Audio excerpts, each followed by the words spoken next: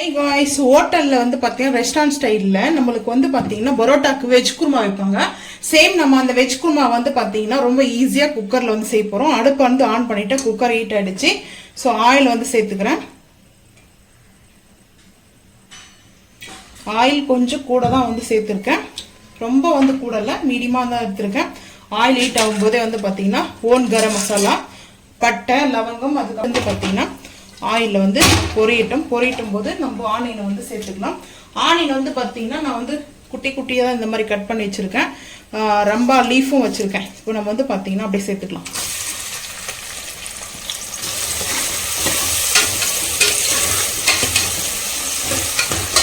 கல்லுப்பு வந்து சேர்த்துக்கலாம்.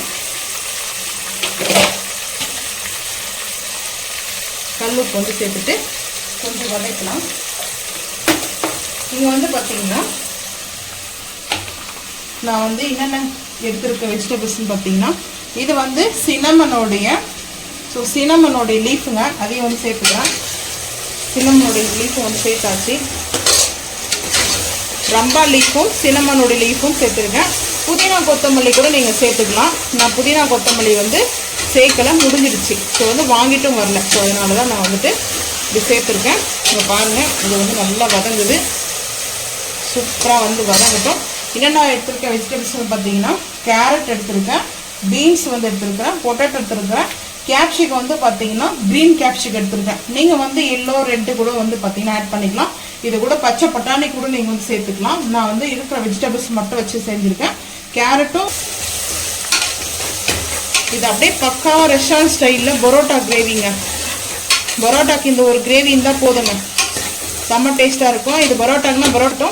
ஸோ அதுக்கு முன்னாடி நம்ம வந்து பார்த்தீங்கன்னா தேங்காய் வந்து பார்த்தீங்கன்னா அரைக்கிறதுக்கு எடுத்துக்கிறேன். பார்த்துக்கலாம். மிக்ஸி ஜார் எடுத்துருக்கேன். மிக்ஸி ஜாரில் வந்து தேங்காய் எடுத்துருக்கேன். தேங்காய் துருவி கூட எடுத்துக்கலாம். நான் வந்து பீசஸ் எடுத்துருக்கேன். இதில் வந்து சொல்லப்போனால் இந்த ப்ரௌன்லாம் எடுத்துட்டோம்னா இன்னும் சூப்பராக இருக்கும் கிரேவிக்கு வந்து தேங்காய்.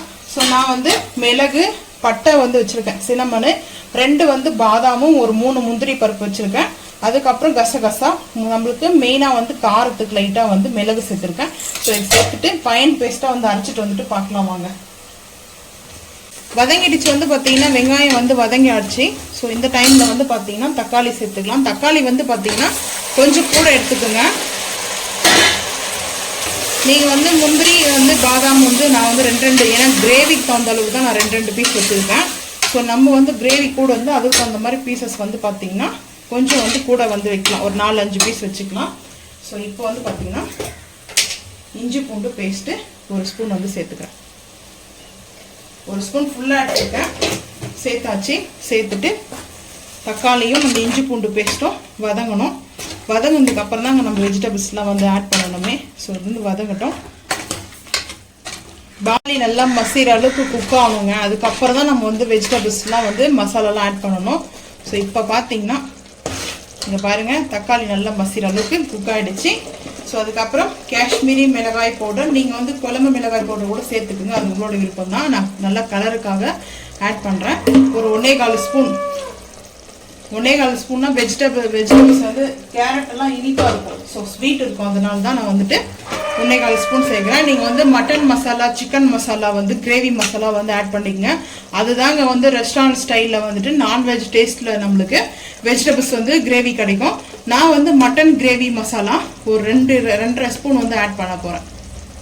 சின்ன டீஸ்பூனில் வந்து ஒரு 2.5 ஸ்பூன் ஆட் பண்ணிக்கிறேன். மட்டன் மசாலா கிரேவி மசாலா தான் எடுக்கணும். தொக்கு மசாலாவோ இல்லை வந்து சுக்கா மசாலாவோ வந்து ஆட் பண்ண வேண்டாம். கிரேவின்னா நம்ம கிரேவி தான் வைக்கிறோம்ல வெஜிடபிள்ஸில். ஸோ அதனால தான் பாருங்கள் எப்படி நல்லா கலர் மாறிடுச்சு. சூப்பராக ரெட்டாக ஆகிட்டு இருக்குது. இந்த டைமில் நம்ம வந்துட்டு வெஜிடபிள்ஸ் எல்லாமே ஆட் பண்ணிக்கலாம். நான் வந்து கேப்சிகம் வந்து சேர்த்துக்கிறேன். கேப்சிகம், அதுக்கப்புறம் வந்து பார்த்தீங்கன்னா பொட்டேட்டோ, பீன்ஸும் கேரட்டும் சேர்த்துக்கிறேன். பீன்ஸு கேரட்டு கொஞ்சம் கூடவே எடுத்துருக்கணும். மிக்ஸ் பண்ணிக்கலாம்.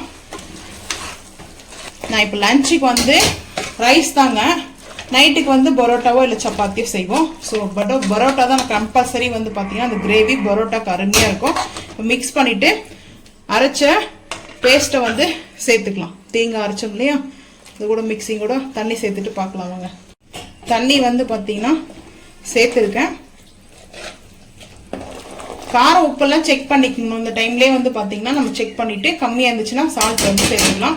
காரம்லாம் கரெக்டாக தாங்க இருக்கும். நான் இன்னும் கொஞ்சம் தண்ணி வந்து சேர்க்க போகிறேன். கொஞ்சமாக வந்து சேர்த்துக்கிறேன். ஏன்னா வெஜிடபிள்ஸ்லேயே வந்து வாட்டர் ரிலீஸ் ஆகும் குக் ஆச்சுன்னா. ஸோ அதனால தான். ஸோ இந்த அளவுக்கு வந்து நம்மளுக்கு அந்த கிரேவி வந்து பார்த்தீங்கன்னா சூப்பராக இருக்கும். கிட்ஸுக்கு லஞ்சுக்கு வந்து கொடுத்து அனுப்பலாம். சப்பாத்திக்கு இந்த மாதிரி கிரேவி வந்து பார்த்தீங்கன்னா செஞ்சு கொடுத்துடலாம். சூப்பராக இருக்குங்க. இந்த கிரேவி வந்து பார்த்தீங்கன்னா ஒரு 2 விசில் மட்டும் வந்து பார்த்தீங்கன்னா வைக்க போகிறோம். 2 விசிலில் நல்ல காயெல்லாம் வந்து பார்த்தீங்கன்னா வெஜிடபிள்ஸ்லாம் குக் ஆகி கிரேவி பக்காவாக ரெடியாக இருக்கும். Parotta gravy ready. ஸோ 2 விசிலுக்கு அப்புறம் பார்க்கலாம் வாங்க. ரெடி. நெய் வந்து பார்த்தீங்கன்னா ஆல்ரெடி நம்ம ஆயில் சேர்த்துருக்குறோம். ஒரே ஒரு குழிக்கரண்டி மட்டுங்க நெய் மட்டும் சேர்க்குறேன். நான் 2 குழிக்கரண்டிலாம் சேர்க்கல. அது ஸ்மெல்லுக்காக நான் வந்து சேர்க்குறேன். ஸோ சூப்பராக இருக்கும் ஸ்மெல்லோட. அந்த பார்த்தீங்கன்னா நல்லா பாருங்கள் ஆயிலே கொஞ்சம் மிதக்க இருக்குல்ல, நெய் வந்து சேர்த்துக்கிறேன். நீ செம்மையாக இருக்குங்க டேஸ்ட் வந்து குருமா. இப்போது மிக்ஸ் பண்ணிக்கலாம். இல்லை காலிஃப்ளவர் கூட சேர்க்கலாம் இந்த குருமாவில். காலிஃப்ளவரு புரோக்கோலி அது உங்களோட விருப்பம் தான். ஸோ இதுதாங்க பரோட்டா குருமா. கொஞ்சம் லிக்விடாக இருக்கணும், ரொம்ப திக்காக இருக்கக்கூடாது. அப்போ தான் அந்த பரோட்டாவில் மிக்ஸ் பண்ணி சாப்பிட்றதுக்கு நல்லா இருக்கும். டேஸ்ட்டும் அல்டிமேட்டாக இருக்கும். ஸோ நீங்களும் அது போல் செஞ்சு சாப்பிட்டு மறக்காமல் வந்து கமெண்ட் பண்ணுங்கள். பரோட்டா வெஜிடபிள்ஸ் கிரேவி ரெடி பண்ணிட்டோம். ஸோ நீங்களும் இதே போல் செஞ்சு சாப்பிட்டு மறக்காமல் வந்து கமெண்ட் பண்ணுங்கள். ஸோ இந்த வீடியோ பிடிச்சா லைக் பண்ணுங்கள், ஷேர் பண்ணுங்கள், சப்ஸ்கிரைப் பண்ணுங்கள், பெல் ஐக்கன் வந்து கிளிக் பண்ணுங்கள். மறக்காமல் சேனல் வந்து ஃபாலோ பண்ணுங்கள். அப்போ தான் நம்ம போகிற வீடியோ உங்களுக்கு நோட்டிஃபிகேஷனாக வரும். Thank you.